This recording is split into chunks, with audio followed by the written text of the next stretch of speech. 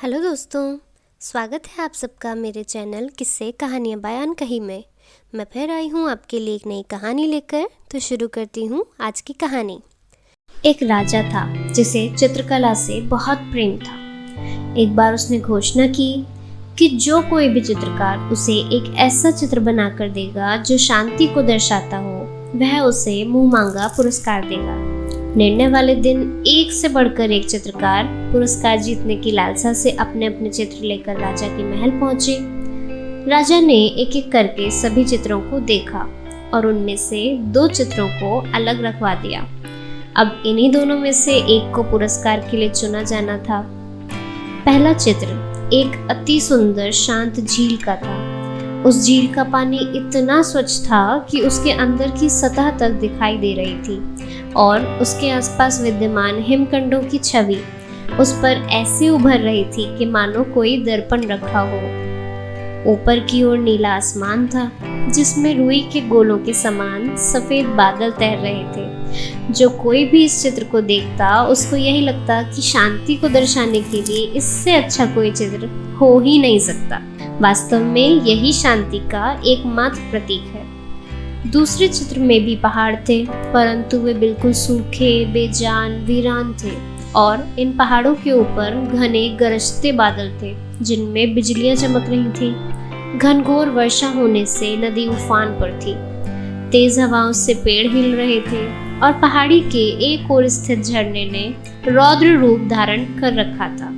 जो कोई भी इस चित्र को देखता यही सोचता कि भला इसका शांति से क्या लेना देना, इसमें तो बस अशांति ही अशांति है। सभी आश्वस्त थे कि पहले चित्र बनाने वाले चित्रकार को ही पुरस्कार मिलेगा। तभी राजा अपने सिंहासन से उठे और घोषणा की कि दूसरा चित्र बनाने वाला चित्रकार को मुंह मांगा पुरस्कार दिया जाएगा। हर कोई आश्चर्य में था। पहले चित्रकार से अब रहा नहीं गया। वह बोला, लेकिन महाराज, उस चित्र में ऐसा क्या है जो आपने उसे पुरस्कार देने का फैसला किया, जबकि हर कोई यही कह रहा है कि मेरा चित्र ही शांति को दर्शाने के लिए सर्वश्रेष्ठ है।